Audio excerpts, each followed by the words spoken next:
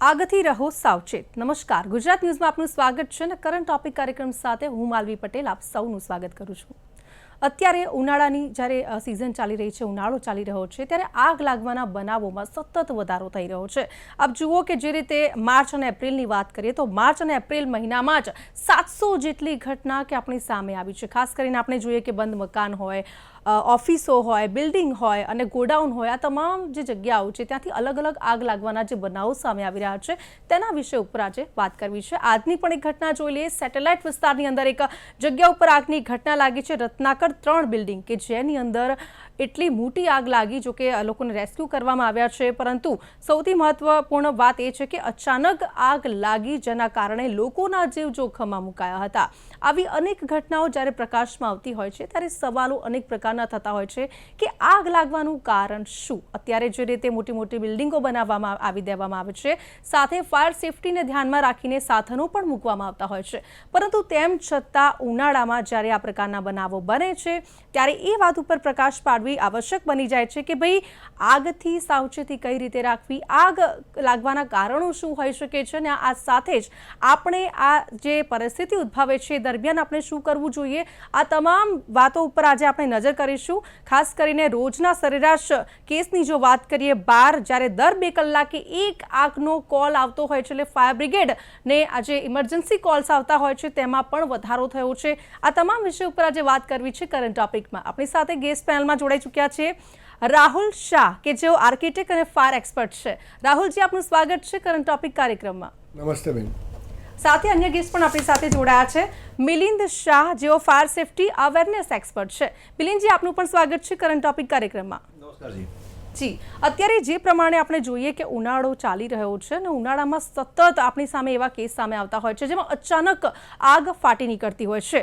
આપણે જોઈએ છીએ કે મકાનો, ઓફિસો, દુકાનો, ગોડાઉન હોય, તમામ જગ્યાએ સૌથી વધુ આગના બનાવો સામે આવતા હોય છે। આજની પણ એક ઘટના આપણે પણ જોઈએ છે, સેટેલાઇટની અંદર એક ઘટના બની છે જેમાં આગ લાગવાની આ ઘટના અને તરત જ ફાયર વિભાગ છે તે પણ દોડતું થયું હતું, અનેક લોકોના જીવ જોખમમાં મુકાયા હતા। પરંતુ હવે એ વાત સમજવી જરૂરી છે, રાહુલજી, આપને સવાલ કરવા માંગુ છું કે આપણે જ્યારે મોટી મોટી બિલ્ડિંગો બનાવી દેતા હોઈએ છીએ, ફાયર સેફટીના સાધનો જે છે તે પણ આપણે મૂકતા હોઈએ છીએ, પરંતુ આ તમામની વચ્ચે હવે આગ લાગવાના કારણો શું હોઈ શકે છે? કારણ કે અચાનક જ આગ લાગતી હોય છે અને લોકોના જીવ પણ જોખમમાં મૂકતા હોય છે, ત્યારે આપ શું માની રહ્યા છો? કયું કારણ છે જેના કારણે આગના બનાવો સતત વધી રહ્યા છે? એટલે અત્યારે તો બેન જે ફાયર જે થઈ રહી છે, મેજોરિટી એવું બહાર આવી રહ્યું છે કે એર કન્ડિશનિંગ ખાસ કરીને અને શોર્ટ સર્કિટ, આ બંનેના કારણે આગ લાગી રહી છે। અને એ આગ લાગવાનું કારણ છે કે અતિશય ગરમી છે અને જે બિલ્ડિંગ્સ છે એ ઠંડા નથી, એટલે એસી ઉપર લોડ વધારે પડે છે। અને બીજું છે ને, એસી બધા આઉટડોર યુનિટ્સ એક સાથે સ્ટેક કરેલા છે એક શાફ્ટમાં, એટલે બધા જ્યારે હાઈ રાઇઝ બિલ્ડિંગમાં એક સાથે એસી ચાલુ કરે અને બધાના એસી પોતાના ઇન્ટરનલ એરિયાને ઠંડુ કરવાની કોશિશ કરે તો એ જે શાફ્ટ છે એ ખૂબ જ નાનો હોય છે અને જેમ પેક્ડ એર કન્ડિશનિંગ યુનિટ્સ હોય છે અડોઅડ, એના કારણે લઈને એ એસીના આઉટડોર યુનિટ ઉપર ખૂબ જ લોડ છે, કોમ્પ્રેસર ઉપર, અને ઇન્ડોર યુનિટમાં એના જે પાર્ટ્સ છે એના ઉપર પણ લોડ છે અને થર્મોસ્ટેટ ઉપર પણ લોડ છે। એટલે અલ્ટિમેટલી એવું થાય છે કે આ મશીન છે, એના કમ્પોનન્ટ્સમાં માણસ એનો યુઝમાં 16 ડિગ્રી મૂકે, 18 ડિગ્રી મૂકે, એવું મૂકે જલ્દી ઠંડુ કરવા માટે, તો એ સવારે કદાચ આગ ના લાગે પણ ગરમ થતાં સાંજ સુધીમાં એ ઇક્વિપમેન્ટમાં જો કોઈ ખામી હોય, મેન્ટેનન્સની કે પ્રોડક્શનની કે જૂનું થઈ ગયું હોય તો શક્યતાઓ વધી જાય છે। ચોક્કસથી રાહુલજી, જે રીતે અત્યારે નવી ઇમારતો બનાવવામાં આવે છે, મોટા મોટા હાઈરાઇઝ બિલ્ડિંગ ઊભા કરી દેવામાં આવે છે, પરંતુ આગ સામે સુરક્ષા છે કેવી રીતે સુનિશ્ચિત કરી શકાય તેના પર પ્રકાશ પાડશો?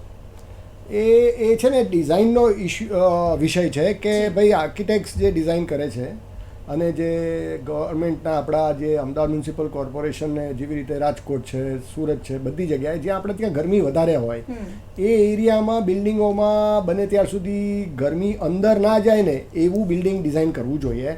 નહીં કે અત્યારે એવું થાય છે કે ચારે બાજુ જ્યાંથી ગરમી આવે એ બધી અંદર આવી જાય છે, એટલે જે નિયર ફોરેનનું ગ્લાસ બિલ્ડિંગનું કોપી થાય છે, જલ્દી બિલ્ડિંગ કન્સ્ટ્રક્શન થઈ જાય છે, એના કારણે લઈને ને એમાં એસીપી અને ગ્લાસનું ક્લેડિંગ થઈ જાય છે, તો આપણે તમે જોયું અત્યારે કે પેલું સોલિટેર બિલ્ડિંગની અંદર એસીપી ને ગ્લાસનું ક્લેડિંગના કારણે તરત જ નીચલા માળની આગ ઉપર પણ પહોંચી ગઈ. એટલે આમાં કેવું થાય કે જે એક ઓનર છે જેને પોતાના ત્યાં એસી રાખ્યું છે અને એ બળ્યું તો ચલો સમજી શકાય છે કે એના ત્યાં આગ લાગી, પણ એ આગ ઉપલા માળે પહોંચી જાય છે એટલે ઉપરવાળો તો વગર વાંકે લેવાઈ જાય છે. બરાબર છે. એ કેમ છે? કેમ કે નીચેની આગ ઉપર જઈ કેવી રીતે શકી? તો કે ભાઈ એ ડિઝાઇનરે એટલું ધ્યાન રાખવું જોઈએ અને બિલ્ડરે એ ધ્યાન રાખવું જોઈએ. બિલ્ડર એવું કહેવું જોઈએ એના આર્કિટેક્ટને કે ભાઈ મારે નીચલા ફ્લોરમાં આગ લાગે તો ઉપર ના જવી જોઈએ. એટલે એ થોડું ડેવલપર્સે સમજવું જોઈએ અને આર્કિટેક્ટ્સે એ સમજવું જોઈએ કે મારી કરેલી ડિઝાઇનમાં આ વસ્તુ ના થવી જોઈએ. કે આપણે એવું ના વિચારવું જોઈએ કે આપણે અત્યારે જે બિલ્ડિંગ છે એ કાશ્મીરમાં ડિઝાઇન કરી રહ્યા છે, આપણે અમદાવાદમાં બેઠા છીએ. ડેફિનેટલી. તો એ ધ્યાન રાખવું જોઈએ અને એના પ્રમાણે જ બિલ્ડિંગ ડિઝાઇન કરવું જોઈએ. ચોક્કસ. રાહુલજી, આપે જે પ્રમાણે વાત કરી કે આધુનિક ઇન્ટિરિયર ડિઝાઇન લોકો બિલ્ડિંગમાં કરતા હોય છે, પરંતુ એમાં જે મટીરિયલ વપરાતું હોય છે, ખાસ કરીને ફાઇબર હોય, પ્લાસ્ટિક હોય, ફ્રેમ હોય, વુડન પેનલિંગ હોય, આ ઝડપથી ફેલાવવા માટે કેટલું જવાબદાર છે? કારણ કે લોકોને કહેવાય ને કે આધુનિક સુવિધાઓ તો જોઈતી હોય છે, પરંતુ ફાયરની સેફટીને લઈને વધારે પડતું ધ્યાન નવી બિલ્ડિંગોમાં નથી આપવામાં આવતું. હા, એટલે એમાં છે ને મેં પોતે રિસર્ચ કરેલું છે, પણ હું મારા રિસર્ચમાં શું છે એના કરતાં યુએલ કરીને એક સંસ્થા છે, અંડર રાઇટર્સ લેબોરેટરી, જે યુએસએની અને આખા વર્લ્ડમાં રિસર્ચ માટે નોન છે.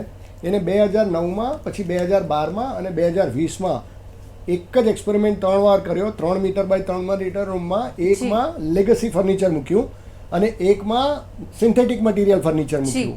એટલે લેગસી એટલે કે આપણું કુદરતી જૂના જમાનાનું લાકડાનું અને કોટનનું, અને બીજી બાજુ સિન્થેટિક એટલે આપણે ત્યાં બધાના ત્યાં જે અત્યારે ફોમ ને ડનલોપ હોય છે, તો આ જે ફોમ ને ડનલોપનું છે એ 7 થી 10 ગણું ફાસ્ટ સળગે છે. એટલે કે જે વસ્તુ લાકડાનું ફર્નિચર 30 મિનિટમાં જે રીતે ફેલાય એ આ 3 મિનિટમાં ફેલાઈ જાય છે. એટલે તમે જોઈ રહ્યા છો કે આમ તમને આમ જોતામાં એક ફ્લોર ઉપર આગ લાગી હોય એ સીધી 3જા માળેથી લઈને 5મા માળે ને 7મા માળે 9મા માળે સુધી પહોંચી જાય છે. હમણાં એક દિલ્હીમાં બનાવ બન્યો, એમાં પણ એવું થયું કે આગ 3જા માળે લાગી હતી ને ઉપર પહોંચી ગઈ. એટલે અત્યારે કેવું થાય છે કે તમારી આગ કરતાં તમારા નીચેવાળાની આગ તમારા માટે ખતરારૂપ થઈ ગઈ છે. એટલે અત્યારે બહુ મોટું એલર્ટ છે કે આ પહેલાં એવું નહોતું થતું, પણ હવે આ હાઈરાઇઝ અને સિન્થેટિક મટીરિયલનું કોમ્બિનેશન થયું એટલે તમારે જે જૂની પદ્ધતિઓ છે એ તમારી કામ નથી કરતી ફાયર બોલાવવાની. એટલે તમે જે કીધું એમ એનઓસી ભલે હોય, પણ જો તમારા બિલ્ડિંગમાં આવું સિન્થેટિક મટીરિયલ, એસી, સોફા સળગ્યું તો તમારે આ જૂના સાધનો એક્ટિવેટ થાય એ અને તમે જે એનાથી ઓલવવાની કોશિશ કરો એ બંનેમાં એટલું સક્સેસ નથી મળી રહ્યું. ચોક્કસથી. મિલિંદજી, આપને સવાલ કરવા માંગુ છું. અત્યારે આગની ઘટનાઓમાં સતત વધારો થઈ રહ્યો છે. આપને શું લાગી રહ્યું છે? કયા આવા કારણો છે? અને ખાસ કરીને વાત કરીએ તો હવે જો આવી આગની ઘટના કોઈ બને છે તો સામાન્ય લોકોએ શું સાવચેતી રાખવી જરૂરી બની જાય છે? સૌથી પહેલાં તો આગ લાગવાનું જે મેઇન કારણ છે જી એનો ટ્રાયેંગલ આપણે સમજવો પડશે. કારણ સમજવા માટે જેને ફાયર ટ્રાયેંગલ કહેવાય છે. ફાયર ટ્રાયેંગલના 3 એલિમેન્ટ છે. સૌથી પહેલાં તો હીટ ક્યાંય પકડાય તો આગ લાગે છે. એ હીટમાં ઓક્સિજન ભળે છે એટલે આગ લાગે છે. અને હીટ અને ઓક્સિજન સાથે ત્યાં રહેલું ફ્યુઅલ એટલે કમ્બસ્ટેબલ મટીરિયલ એ મિક્સ થાય છે એટલે આગ લાગે છે. આ 3માંથી કોઈ પણ એક વસ્તુ ના હોય તો આગ નથી લાગતી, અથવા તો લાગેલી આગ અટકી જાય છે. તો આ ફાયર ટ્રાયેંગલ અમદાવાદ ફાયર ડિપાર્ટમેન્ટે અને આખા ગુજરાતના ફાયર ડિપાર્ટમેન્ટે અને આખા ભારતના ફાયર ડિપાર્ટમેન્ટે 100%ની 500% પબ્લિકના માઇન્ડમાં સેટ કરી દેવો જોઈએ. સૌથી પહેલાં તો એની કન્ટિન્યુઅસ ટ્રેનિંગ આપવી જોઈએ. આ લોકો ટ્રેનિંગ તો આપે પણ ફાયર સેફ્ટીના સાધનો ચલાવવાની ટ્રેનિંગ આપે છે. ફાયર સેફ્ટીના સાધનો ચલાવવાની જવાબદારી તો ભાઈ ફાયર બ્રિગેડની છે. પબ્લિકની એ જવાબદારીમાં નથી આવતું. પબ્લિકની જવાબદારીમાં માત્ર ફર્સ્ટ એડ કરવાનું આવે છે. એ જવાબદારી ફર્સ્ટ એડ કરવાની ખાલી પબ્લિકની છે. અચ્છા, તો આગ લાગે તો ફર્સ્ટ સ્ટેપ શું હોવું જોઈએ લોકોનું એ પણ જણાવશો? હા, સૌથી પહેલા તો આ મેં જે કીધું કે ફાયર ટ્રાયેંગલ તમે સમજ્યા હો ને, તો માન લો કે આગ લાગી છે તો ક્યાંય કોઈ પણ જગ્યાએ સૌથી પહેલાં તો ઇલેક્ટ્રિક સપ્લાય તમારે ઇમિડિયેટલી બંધ કરવો જોઈએ. કારણ કે વાયર કેચીસ ધ ફાયર આ કહેવાય છે. આ બરાબર છે. એટલે આ તમે ઇલેક્ટ્રિક સપ્લાય તમે સૌથી પહેલાં બંધ કરો તો એટલે આગ તમારે ત્યાંથી જતી અટકી જાય છે. અને ઓક્સિજન કટ ઓફ તમારે કરવો પડશે જગ્યાને, કારણ કે ઓક્સિજન છે ને આગને પ્રેસિપિટેટ કરે છે, વધારે પ્રવર્જિત કરે છે. એટલે આ ફાયર ટ્રાયેંગલ જ્યાં સુધી નાગરિકના મગજમાં બેઠો નહીં હોય ત્યાં સુધી આ વસ્તુ કન્ટિન્યુઅસ નુકસાન કરતી રહેશે. ફાયરને તમે રોકી નથી શકતા, પણ લાગેલી ફાયરને મોટી ફાયર ના થાય, નાનીમાંથી મોટી ફાયર કન્વર્ટ ના થાય એ માટે ચોક્કસ તમે પ્રયત્ન કરી શકો છો. અમુક અંશે તમે ફાયરને રોકી શકો, પણ એના માટે તમારે સતત તમારા એફર્ટ્સ મૂકવા પડે છે. રાહુલભાઈ જેમ કીધું બહુ એક્સપર્ટ વ્યક્તિ છે રાહુલભાઈ, કે અત્યારના જમાનામાં જો સૌથી મોટો દુશ્મન હોય ને માનવજાતનો તો એ એર કન્ડિશન છે. Air condition is the biggest enemy, live bomb in our office, in our residence, in our working place. Any તમારે રેગ્યુલર સર્વિસ કરાવવી પડે, તમારે એનું ટેમ્પરેચર મેન્ટેન કરવું પડે છે. અને જો સર્વિસ નથી થવા માંગતી તો અત્યારે જે સોલિટરમાં જે આગ લાગી એનું મેઇન રીઝન પણ એર કન્ડિશનમાં આગ લાગેલી આગ જ હતી. એટલે એ તમારે રેગ્યુલરલી મેન્ટેન કરવું પડે, એને મોનિટર કરવું પડે છે.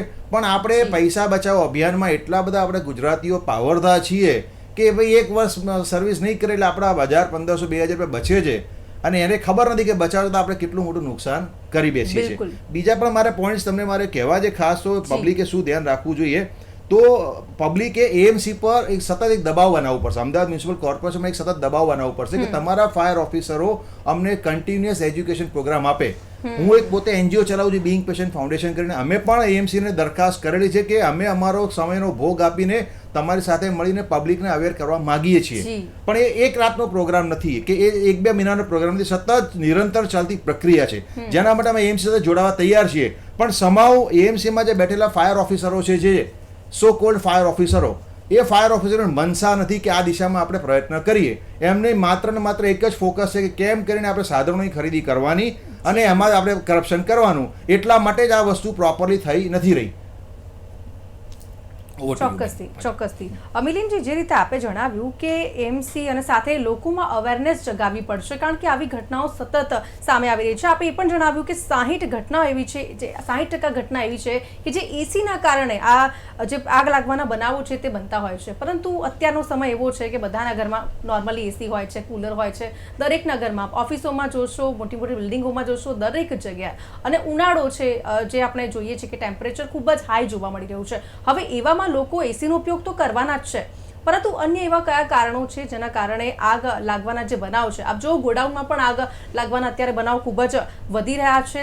દર 2 દિવસે આપણે એવી ઘટનાઓ જોઈએ છીએ, ન્યૂઝમાં જોતા હોઈએ છીએ. તો ખાસ કરીને હવે એ જાણવું છે કે આગથી બચવા માટે કઈ એવી બાબતો જેની નિયમિત ચકાસણી ચોક્કસથી કરવી જોઈએ, પછી એ મકાન હોય, સ્કૂલ હોય, ઓફિસ હોય કે પછી ગોડાઉન હોય? તમામ તમારા ઘરમાં રહેલા ઇલેક્ટ્રોનિક્સ ઉપકરણો, માત્ર એસી એક માત્ર મોટું વિલન છે, પણ એસીની સાથે સાથે ગીઝર પણ આવે છે, તમારા ઇલેક્ટ્રિક સ્ટવ્સ પણ આવે છે, મોબાઈલની બેટરીઝ આવે છે. અત્યારે ઘરમાં લોકો મોબાઈલ રાતના બેટરી ચાર્જ કરી રાખતા હોય, એ બહુ ખતરનાક છે. હવે એવી વ્હીકલ્સ આવી ગયા, એવી વ્હીકલ્સ એ લોકો આખી રાત મૂકી રાખે છે, એટલે ઓવરચાર્જ થાય છે. આ બધી જેટલા પણ ઇલેક્ટ્રોનિક્સ ઉપકરણો છે એનો સેન્સિબલ ઉપયોગ તમે જ્યાં સુધી કરતા નહીં આવડે ને ત્યાં સુધી તમને કોઈ હક નથી તમે આ ઇન્સ્ટ્રુમેન્ટ વાપરો. કારણ કે રાહુલભાઈ કીધું એમ કે આ કોઈને ત્યાં લાગે છે અને સ્પિરિટ બીજાને કોઈને થાય છે. એટલે આજે પાર્કિંગ એવા કેટલાય બનાવો બનેલા છે કે પાર્કિંગમાં એવી વ્હીકલ તમે ચાર્જ કરવા મૂકી હોય અને એમાં ઓવરચાર્જ થવાના કારણે એ આખું બ્લાસ્ટ થયું હોય અને પછી આખા ફ્લેટમાં આગ લાગી હોય. એટલે આ વસ્તુ ઇલેક્ટ્રોનિક સાધનો ઉપકરણનો જે ઉપયોગ છે તમારે બહુ સેન્સિબલી કરવો પડશે, એને રેગ્યુલર મેન્ટેન કરવા પડશે, એની સર્વિસ કરાવવી પડશે, એનું મોનિટરિંગ કરાવવું પડશે. એટલે આ બહુ જ અગત્યની વસ્તુ છે. અને બીજું મારે એએમસીને ખાસ કહેવું છે, ખાલી પ્રજાની જવાબદારી નથી બનતી. એએમસીની જવાબદારી એ બને છે કે જેમ એએમસી દર ચોમાસું આવે એટલે પાણી ના ભરાય એટલા માટે પ્રી મોન્સૂનની કારીગરી કરતી હોય છે. મેં હજી 2 દિવસ પહેલા જ કમિશનર સાહેબને મળીને આવ્યો છું અને મેં ત્યાં રજૂઆત કરી કે જેમ તમે પ્રી મોન્સૂન કરો, જેમ પ્રી સમર પણ કરો ભાઈ. તમે આગ લાગવા માટે જે મેઇન કારણ છે એસી ને બધા છે, હીટ પ્રોડક્શન છે. એસી સૌથી વધારે હીટ પ્રોડક્શન કરે છે. તો તમે લોકોને એજ્યુકેટ કરતા પ્રી સમર એજ્યુકેશન પ્રોગ્રામ પણ રાખો. પણ હરામ બરાબર છે કોઈને અમારી વાત સાંભળવી હોય તો આ વસ્તુ મેં લેખિતમાં લખીને મેં સીએમ ઓફિસમાં પણ આપેલી છે કે તમે ઈચ્છો તો અમે તમારી સાથે જોડાઈને આ બધા કાર્યક્રમો અમે કરી શકીએ એમ છીએ. આપણે સાથે મળીને fire safe Ahmedabad, fire safe Gujarat, fire safe society, fire safe India આપણે કરી શકીએ એમ છીએ. પણ ઇન્ટેન્શનનો અભાવ છે એમાં ખાસ જોવામાં આવે છે, બીજું કશું જ નથી આમાં. બિલકુલ. વિલિનજી, એક સવાલ ખાસ આપને કે 90% લોકો એવા છે કે જેમને ફાયરના સાધનો, જેને આપણે ફાયર એક્સટિંગ્યુશર કહીએ છીએ, એ સાધનો ઉપયોગ કરતા નથી આવડતું. તો હવે લોકોને જાગૃત કરવા હોય, તેના ઉપયોગ કરવાની સરળ રીત કઈ છે તે જણાવશો. એટલે લોકોને કઈ રીતે શીખવી શકાય? જે રીતે આપણે જણાવ્યું કે એએમસી સાથે મળીને એવા પ્લાન્સ છે જે જાગૃતિ લોકો સુધી પહોંચાડી શકાય. કારણ કે ઘણા બધા એવા લોકો છે જે ઓફિસોમાં કામ તો કરતા હોય છે, એમાંથી ગણીને માત્ર 1-2 જણને આવડતું હશે કે એનો ઉપયોગ કરતા આવડતું હશે. આપનું શું માનવું છે? હું તમને સોલિટર બિલ્ડિંગનો એક્ઝામ્પલ આપું. જે ગઈકાલે આગ લાગી ને એની 2-3 વસ્તુ બહુ પોઝિટિવ હતી, જે મારા એક સીએમ મિત્ર ત્યાં રહે છે એ બિલ્ડિંગમાં, એમણે મને સાથે શેર કરી છે. હું નામ નથી આપતો કારણ કે કન્ટ્રોવર્શિયલ ફાયર થયેલી છે એટલા માટે, પણ તેમ છતાં એમના કહેવા મુજબ કે એમના ત્યાં આખી સિસ્ટમ વેલ મેન્ટેન્ડ હતી. એમના જે સિક્યુરિટી હતા એમને બધાએ ભેગા થઈને ટ્રેનિંગ અપાયેલી હતી. સિક્યુરિટી વાળા પણ ફાયર સેફટી અવેરનેસ થી વેલ અવેર્ડ હતા. એ લોકોએ ફાયર બ્રિગેડ તો 21 મિનિટે આવ્યું છે ત્યાં આગળ, as per the media reports. Fire brigade જે as per the rules 10 minute અંદર આવવું જોઈએ એની જગ્યાએ 21 મિનિટે ત્યાં પહોંચ્યું છે. એટલે એ લોકો આવતા પહેલા ખાસું એ લોકો કંટ્રોલ કરેલું હતું. એટલે આ બધા પોઝિટિવ પોઈન્ટ છે કે તમે કન્ટિન્યુઅસ ટ્રેનિંગ આપો છો સ્ટાફને કે તમારા ઓક્યુપન્ટ્સને, તો તમે ચોક્કસથી તમે આગ પર તમે કાબુ મેળવી શકો છો. નાની આગને મોટી આગમાં થતી અટકાવી શકો છો. એટલે આ ટ્રેનિંગ પછી ટ્રેનિંગ એકવાર લેવાથી મતલબ નથી, કન્ટિન્યુઅસ પાર્ટ હોવો જોઈએ. એના માટે તમારે એજ્યુકેશનમાં ટ્રેનિંગ તમારે મસ્ટ હોવી જોઈએ. હું તો કહું તમારી ફોરેનમાં, હું પોતે કેનેડા ગયેલો છું, ત્યાં મેં જોયેલું છે. તમારી ઓફિસમાં કોઈ પણ નવો માણસ આવે છે તો પહેલા દિવસ એને ફાયર સેફ્ટી ટ્રેનિંગ આપવામાં આવે છે. કોઈ પણ વ્યક્તિ નવી તમારા પ્રિમાઇસીસમાં એન્ટર થાય એટલે આ પ્રિમાઇસીસમાં ફાયર સેફ્ટી શું છે અને કયા કયા કારણો છે આગ લાગવાના, એનું એને એજ્યુકેશન આપવામાં આવે છે અને પછી જ એને જોબ પર ચડાવવામાં આવે છે. આવી અવેરનેસ, એલર્ટનેસ જ્યાં સુધી આપણે નહીં રાખીએ ત્યાં સુધી કોઈ મતલબ નથી. બીજું મારે આપના માધ્યમથી મારે સરકારને પણ કહેવું છે કે આમાં જે કાલે ફાયર બ્રિગેડ 21 મિનિટે પહોંચ્યું છે તો એનો પણ એક રસ્તો મેં સાહેબને બતાવેલો છે. ડોંગરે સાહેબને મેં પર્સનલી મળીને વાત કરેલી છે. હજી સુધી એને એક્ઝિક્યુશન નથી કરી શક્યું કારણથી સિમ્પલ વસ્તુઓ છે કે જ્યાં એએમસી અથવા કોઈ પણ ફાયર ડિપાર્ટમેન્ટ પોતાના વિસ્તારમાં એક વોટ્સએપ કોલ વોટ્સએપ નંબર જાહેર કરે. ફાયર લાગે એટલે તમે વોટ્સએપ કોલ પર લાઈવ વોટ્સએપ તમે બતાવી શકો, લાઈવ ફાયર તમે બતાવી શકો અને તમે લાઈવ લોકેશન બતાવી શકો. આમાં કાલે પ્રહલાદનગર ફાયર સ્ટેશનથી આ સોલિડરી બિલ્ડિંગનો રસ્તો માત્ર 5 મિનિટનો છે. 5 મિનિટના રસ્તામાં એ લોકો 21 મિનિટ કરી, રસ્તો ભૂલ્યા હતા એ લોકો ડાયવર્ઝનના કારણે. તો આવો વિડીયો તમે વોટ્સએપ કોલ તમે જાહેર કર્યો હોય ને ભાઈ, તો તમને પોતાને સારું છે, પણ તમારે કોઈની રજૂઆત સાંભળવાની આદત પાડવી પડશે, તમારે ટેવ કેળવવી પડશે. તમને એમ લાગતું સતત કે આ માણસ તો ફાયર ડિપાર્ટમેન્ટનો વિરોધી માણસ છે એટલે આપણે એની કોઈ વાત નહીં સાંભળવાની, તો એ તમે તમારી જાતને પણ નુકસાન કરો છો અને પ્રજાને પણ નુકસાન કરો છો. એટલે આ બહુ જ ખોટું છે. અને ત્રીજી વસ્તુ જે બહુ વખતે રાહુલભાઈ પણ કીધી એ મારે આપણા માધ્યમથી કહેવી છે કે આ બિલ્ડિંગમાં ગ્લાસ ફસાડ પણ સારો એવો હતો. એકચ્યુઅલી ગ્લાસનું ગુણધર્મ એ છે કે એ હીટને એટ્રેક્ટ કરે છે. એટલે અંદરના વાતાવરણને સતત એ ગરમ કરે છે. અચ્છા, એ ગરમ વાતાવરણથી બચવા માટે તમે એસી ચાલુ કરો છો એટલે એસીનું આઉટર યુનિટ બાજુ હીટ ફેંકે છે. એટલે હીટ તો હતી જ, એમાં નવી હીટ એડ થઈ. એટલે આ ગ્લાસ ફસાડ ગ્લાસ વાળું બિલ્ડિંગ તો જે કન્સેપ્ટ તો બહુ જ ભયાનક કન્સેપ્ટ છે. અને એના માટે જે તે સમયે 4-5 વર્ષ પહેલા જે ફાયર ઇન્ચાર્જ હતા, જે રાજેશ ભટ્ટ કરીને અમદાવાદના સીએફઓ હતા, જે ઇન્ચાર્જ સીએફઓ હતા, એમણે ખૂબ વિરોધ કર્યો હતો. એટલે થયું શું, એમના વિરોધ કર્યો એટલે અમુક બિલ્ડર લોબીના બિલ્ડરો ઘણા બધા સારા છે, પણ અમુક જે લાલચુ બિલ્ડર લોબી છે એ લોકોએ સરકાર પર પ્રેશર લાવીને એમને નોકરીમાંથી દરખાસ્ત કરી નાખ્યા અને એમની જગ્યાએ એવી વ્યક્તિને બેસાડી દીધી જેને ફાયરનો એપ પણ નથી આવડતો.